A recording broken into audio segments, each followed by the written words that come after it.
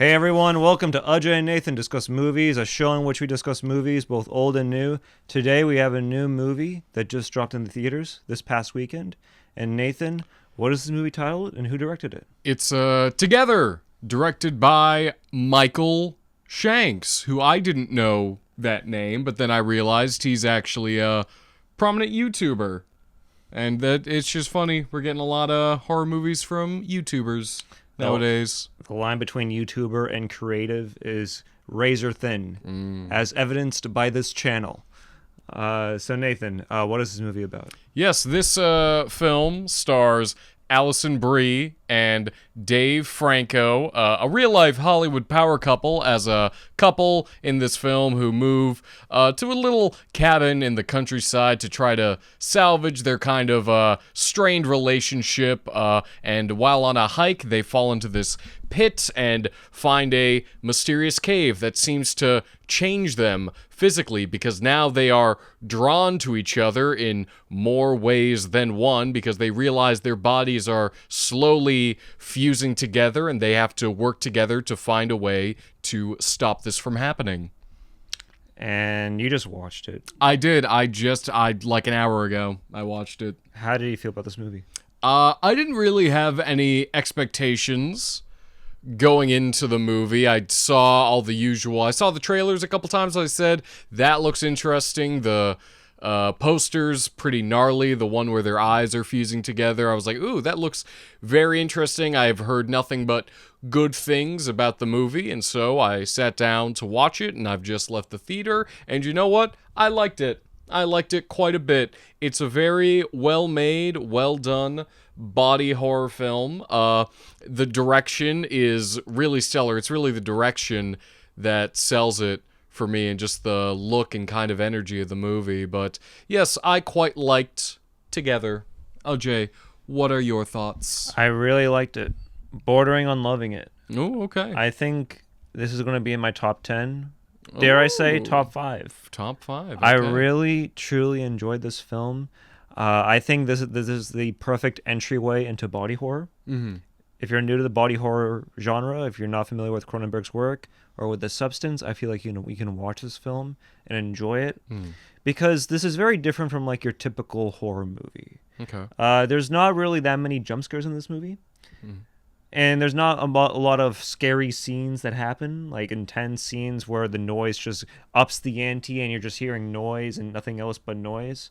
So if you're heading into this movie thinking that you're going to get Conjuring or a movie of that style, Yeah. you're sorely mistaken. In the name of the Father, and of the Son, and of the Holy Spirit, I condemn you back to hell! This film, I think, deals with a lot of mature topics and areas. And I think the true horror is not so much with the horror elements of the film, but more so with the relationship aspects, especially between Dave Franco's character and Allison Brie's character.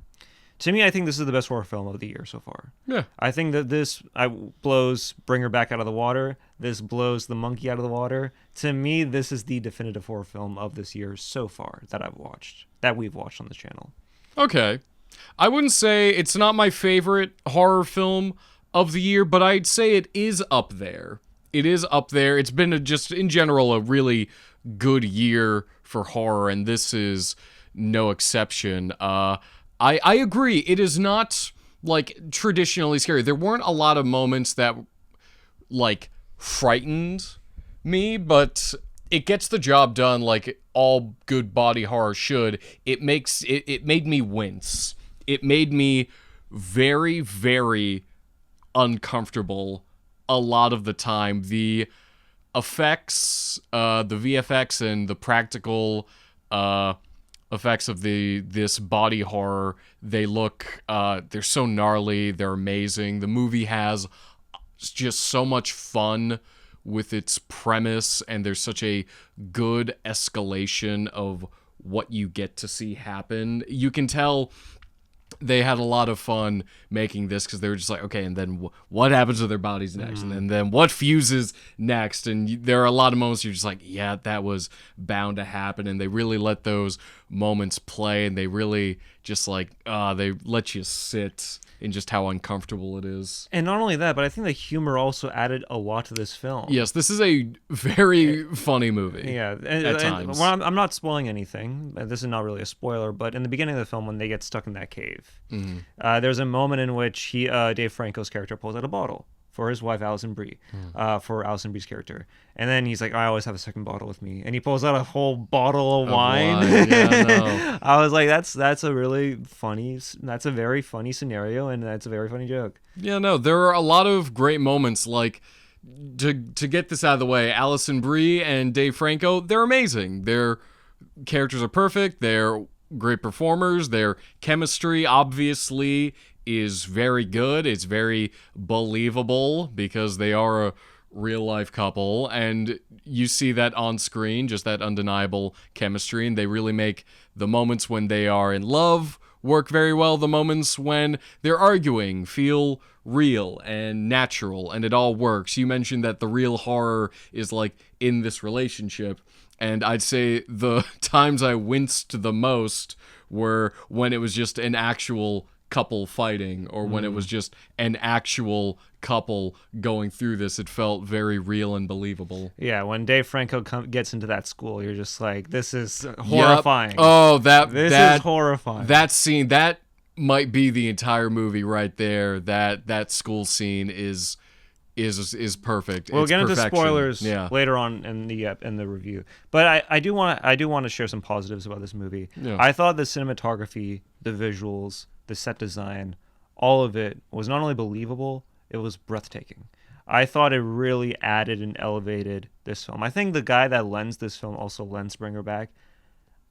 I may be wrong. Cinematographer? The cinematographer. Same cinematographer? Yeah. Oh, okay. I may be wrong on that. I'll definitely go through the archives and obviously editors note it.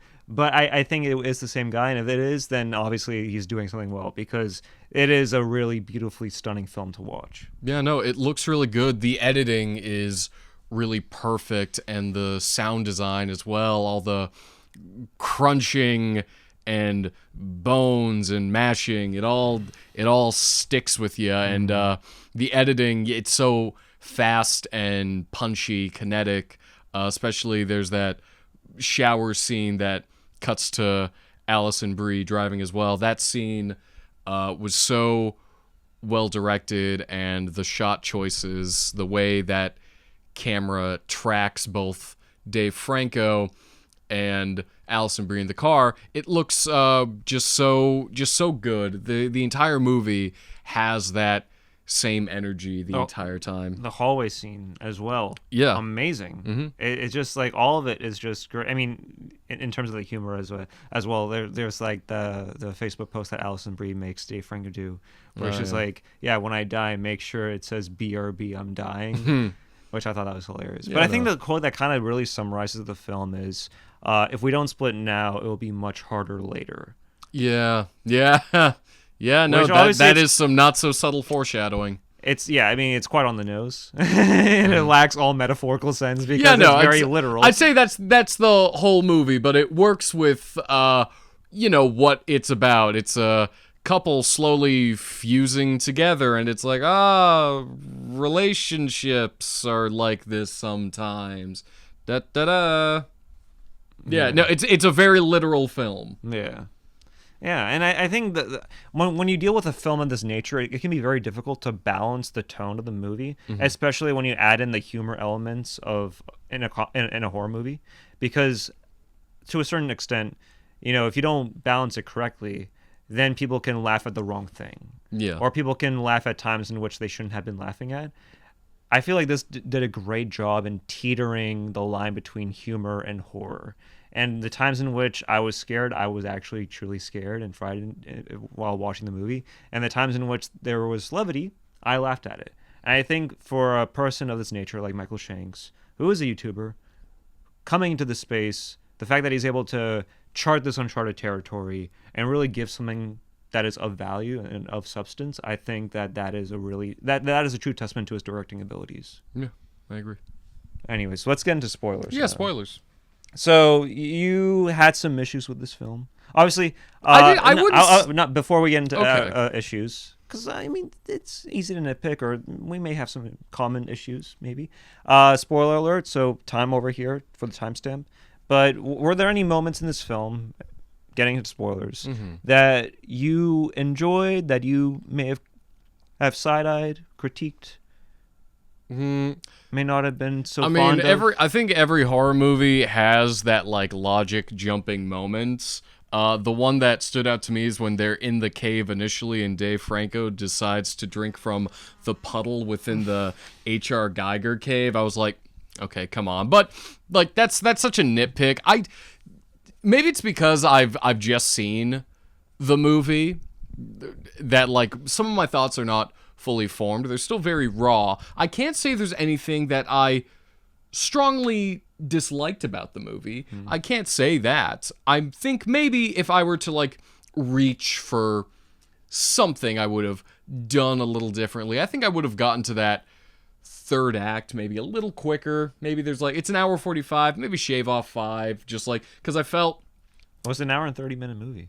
It was? I thought it was 45. Oh, 45. Okay, 45. Yeah, maybe just like 5 minutes, because I felt like after that bathroom scene, which is just so perfect, I felt there were just a couple too many scenes of them just like in the house at night while just weird things were happening. And like that does lead to one of the best moments in the movie, that kind of hallway scene where they're slowly being dragged towards one another. That is such an amazing scene, but maybe some stuff you could have shaved off just to get to that a little quicker. But again, like, my thoughts are still very fresh. I might change my mind. I might come back and say the movie was paced perfectly, which I think for the most part it really is. Like I said earlier, it has that perfect horror movie like escalation of like the weird thing happening. It's like it starts off just like maybe their legs a little stuck together, or like their lips get stuck together, and then becomes he is literally stuck inside, his dick is stuck inside of her while now that made me wince, and the look of pain on his face when she's like, I'm sorry, and then just rips his dick out is terrible. I never want to see it again, but it was fantastic. That was hilarious. The zoom in on Dave Franco's dick on his sheath was great. I love that scene so much. It's hilarious. So great because there's so much like just anxiety going through the movie. It's full of anxiety. When the teacher exits the bathroom, goes back into his faculty room, and he sees the feet of Dave Franco as he exits the toilet. I was on the edge of my seat while watching that scene. No, it was a beautifully executed scene. It's great, and that actor who plays the teacher with Allison Brie, I know his name. I can't say it now because I do forget it, but I do know it. Character actor man. Australian. He was in The Bike Riders. He played a character role in that. But the movie, pulling it up right now. Please do. Thank you. But the movie got like extra points from me because just he's so great. Daniel Herriman? Yes. Damon Herriman. Damon Herriman. He's a fantastic character actor. Elevates every movie he is in. Was happy to see him here. That gives the movie extra points. See, you're not going to like this when I say this, but I thought the negative was that character, meaning that when you were introduced to that character and at Allison Brie's and Dave Franco's new home, I kind of knew right then and there that this was going to be the antagonist for the film. Here's the thing, and when there's that reveal, or you can. No. Finish your thought, and then I'll jump in. And again, it's just my thought.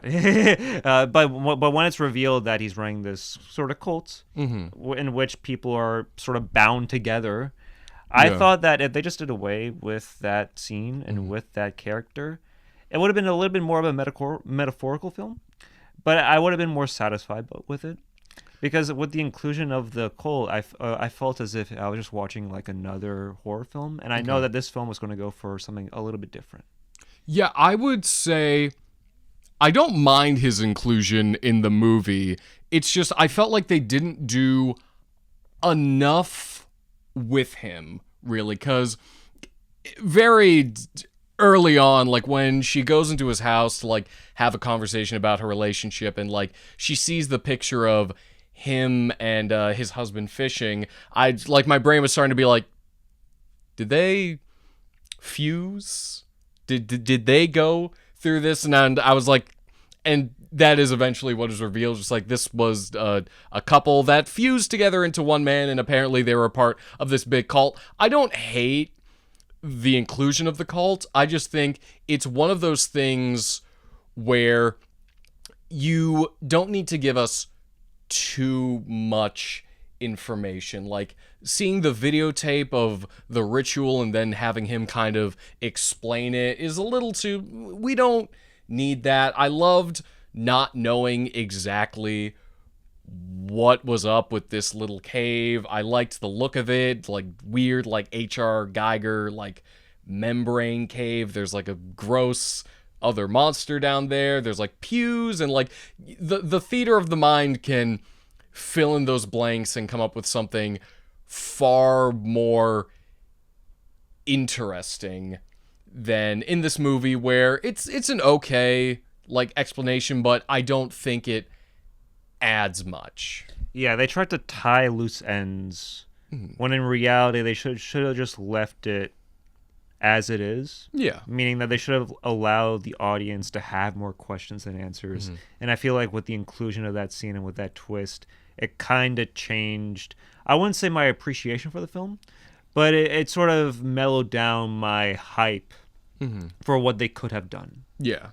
No, it's a very small complaint, but it is there and just feels like we need to like explain to people who may not have any idea what's going on with this couple like fusing together. Because I feel like you can see that cult like ritual in like any of your typical horror films. I feel like with a film of this nature that in which it's trying to say something more profound and provocative, I feel as if the inclusion of that kind of took away from the more adult themes that were centered around the film and the dynamic between these two characters. Yeah, no, all the meat of the movie is this strained relationship between Dave Franco and Allison Brie. You don't need the cult thing. You can just have a weird, like, just phenomenon that they run into. I think the cold open tells us everything we need to know, like with the dogs. We see the entire movie in, like, the first 5 minutes with that cold open where the dogs drink from the little puddle and then they fuse together, and that's all you really need to give your audience, I think, in terms of like what this thing is. It's a hole and you drink from it and your body's gonna do some weird shit. I thought the Indian classmate girl was going to have a bigger role in this movie. No. Guess not. No. No. Sorry, Ajay. Ajay. I guess not. But yeah, I mean, that it's a minor critique. Yeah. And it doesn't really change my overall appreciation for the film. But it was kind of glaring. But yeah, overall, I enjoyed this film a lot. I thought it was very fun. I thought it was very enjoyable. And I think for like your typical moviegoer, instead of watching Fan Four Stick, a 30th time, I mean, not really, as we see through the box office, it's kind of precipitously dropping at an alarming rate that the returns on that movie. But I feel as if you're a moviegoer and you want something that's different, something that's refreshing, definitely go watch this movie. Yeah, no, this is a really fun, really great little addition to, the body horror umbrella. I'm excited to see, it makes me excited to see like what Michael Shanks will do next, because I think he has a very clear kind of vision and style, and I'm really excited to see what more he does. Do you think there's going to be a sequel to this film? I don't know. Maybe with Together? Ha! That was good.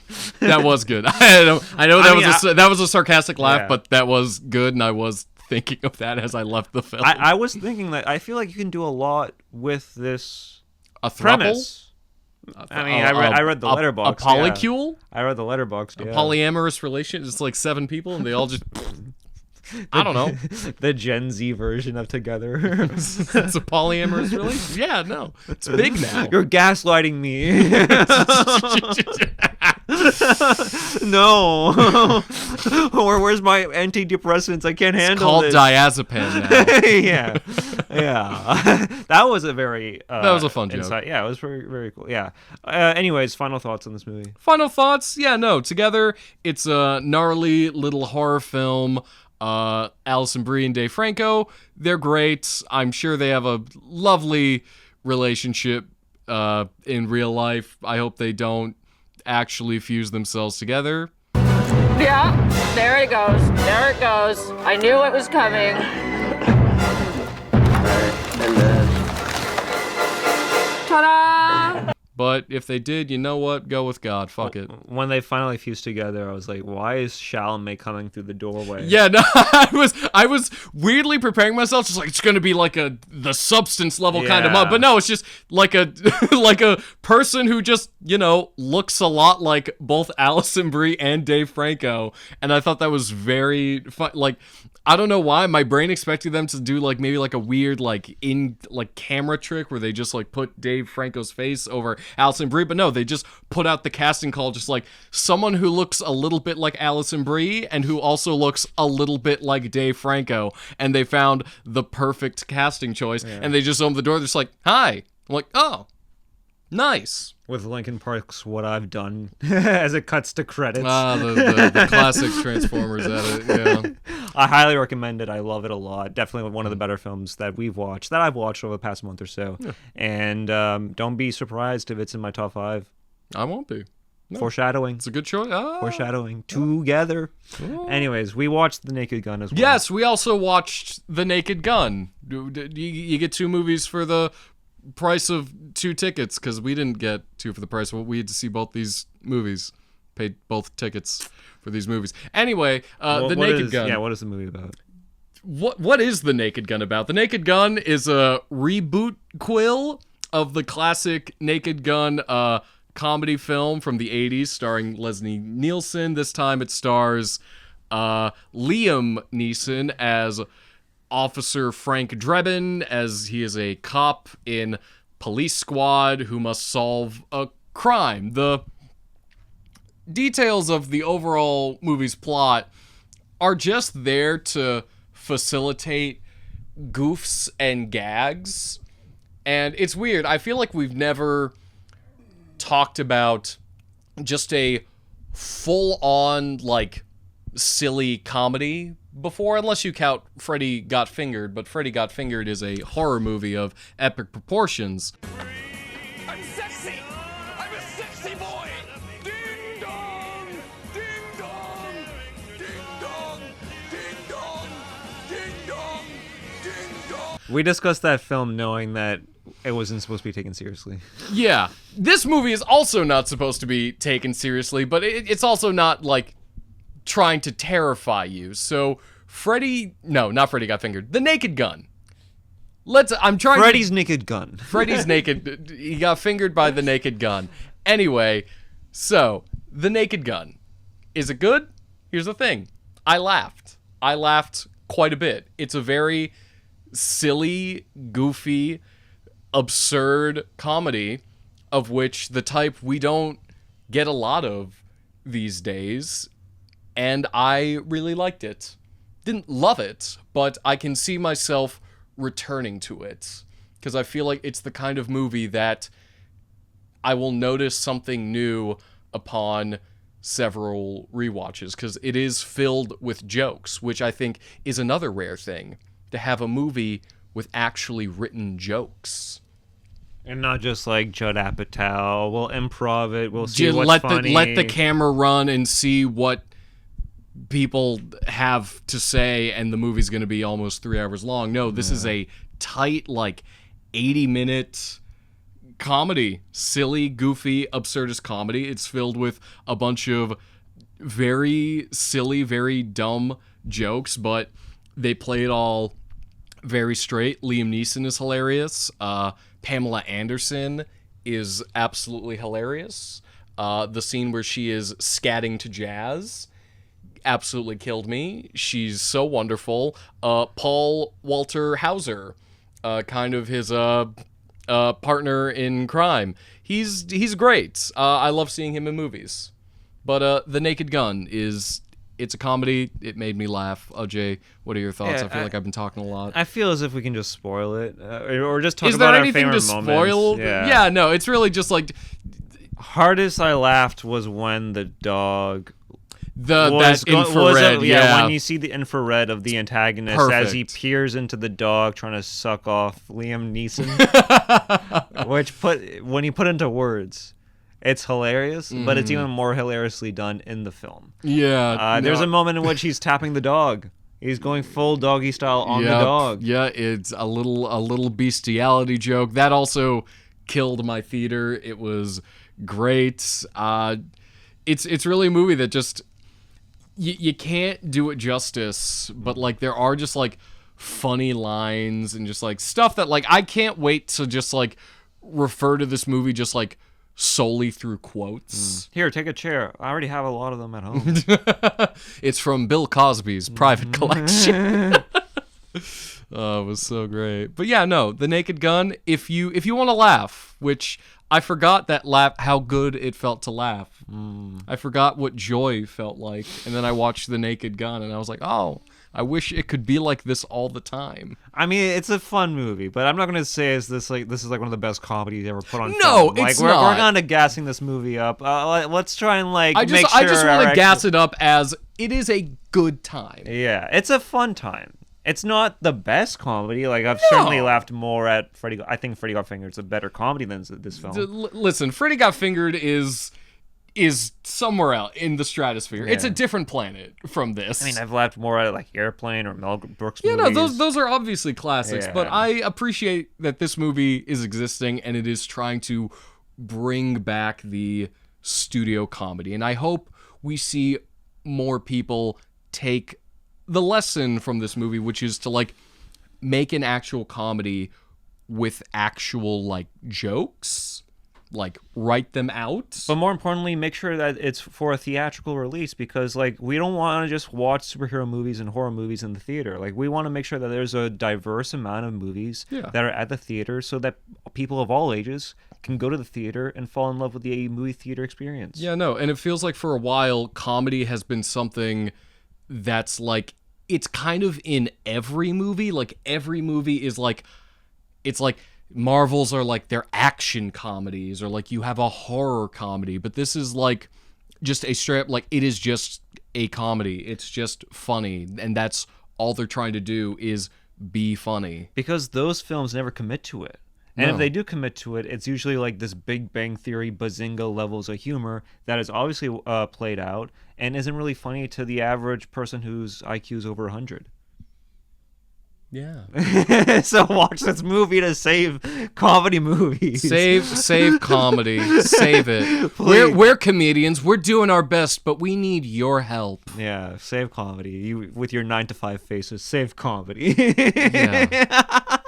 I recently watched a video in which a comedian was literally like poking down at the audience, being like, "You guys gotta save comedy, guys." I'm like, this is insufferable. What is happening here? Stand-up comedy is the most gangster art form in the world. This right here, this is punk rock shit.